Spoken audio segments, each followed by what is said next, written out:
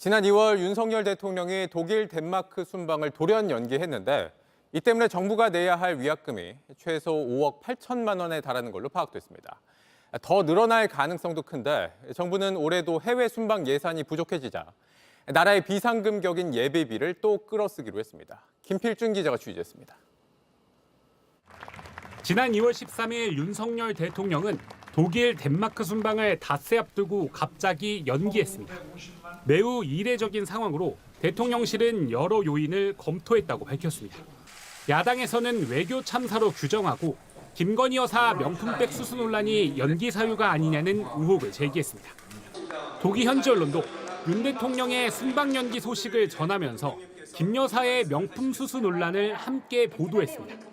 당시 선발대로 현지에 파견됐던 인사들이 귀국하고 항공권과 숙박 예약을 했던 기업인들도 표를 물러야 했습니다. 그런데 순방을 갑자기 취소하는 바람에 우리 정부가 물어줘야 했던 위약금이 최소 5억 8천만 원에 달했던 것으로 드러났습니다. 문체부가 국회에 제출한 자료에 따르면 기자회견장 대여료 3억 8천만 원, 현지 차량 렌트비 6,700만 원 등 5억 8,500만 원이 위약금으로 쓰였다고 돼 있습니다. 드러나지 않은 항공료 등까지 합치면 위약금은 이보다 더 클 것으로 보입니다. 문체부는 지난달 기자회견장 운영 예산 등이 부족하다며 예비비 19억 4천만 원을 기획재정부에 신청했습니다. 정부는 나흘 전 국무회의에서 해당 지출을 의결했습니다. 정부의 비상금입니다. 위약금 물어주고 집에 돈이 없는데 비상금까지 써서 외국에 나간다. 전혀 상식적으로 납득이 안 되고. 정부는 지난해에도 대통령 해외 순방과 관련해 총 523억 원의 예비비를 사용했습니다. JTBC 김필준입니다. 윤석열 대통령의 독일, 덴마크 국빈 순방이 출발 나흘 전 갑자기 연기되면서 그 여파가 우리 기업들에게까지 미치고 있습니다. 순방에 맞춰 꾸려진 경제사절단도 어제 오전에서야 연기됐다는 소식을 들었는데 그땐 이미 출국한 사람들도 있던 상황이었습니다. 김도훈 기자입니다. 대한상공회의소가 지난달 19일 홈페이지에 올린 독일, 덴마크 경제사절단 모집 안내문입니다. 윤석열 대통령 순방 일정에 맞춰 회원사들을 상대로 참가 신청을 받은 겁니다. 사절단은 수십 곳으로 파악되는데 출발을 나흘 앞둔 어제 오전 돌연 순방을 연기한다는 소식이 전해졌습니다. 경제사절단은 꾸리는 경제단체 일부 직원은 이미 독일로 떠난 뒤였습니다.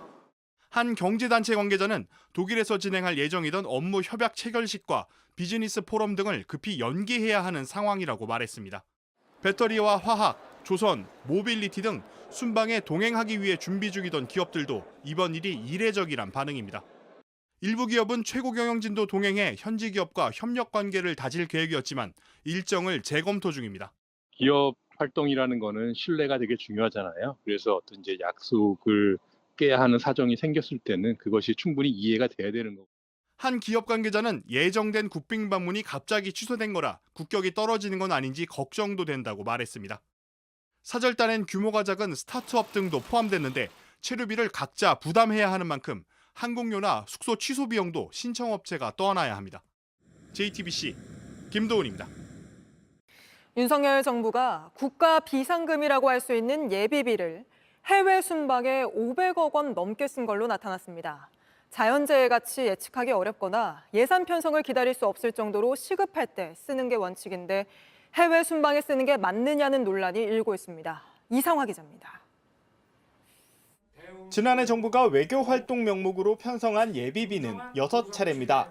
대부분 대통령 해외 순방과 관련돼 있는데 액수는 총 523억 원입니다. 8월엔 해외 순방 외교활동 경비 지원을 위해 300억 원 넘게 썼고 7월과 11월 역시 해외 순방 운영을 위해 총 76억 원을 편성했습니다. 애초에 편성된 정상 외교 예산은 249억 원인데 2배 넘는 예비비가 추가 사용된 겁니다. 대통령 순방이라는 것은 갑자기 정해지는 것이 아니잖아요. 최소한 1년 전부터 한번 계획을 세우는 거여서 순방 관련돼서 예비비를 많이 쓰는 것은 이례적이기도 하고 바람직한 것은 아니죠. 윤석열 정부 첫 해에는 대통령실 이전을 위해 예비비를 650억 원 편성했습니다. 예비비는 국회 예산심의 절차를 거치지 않고 국무회의 승인만 거치면 사용할 수 있습니다.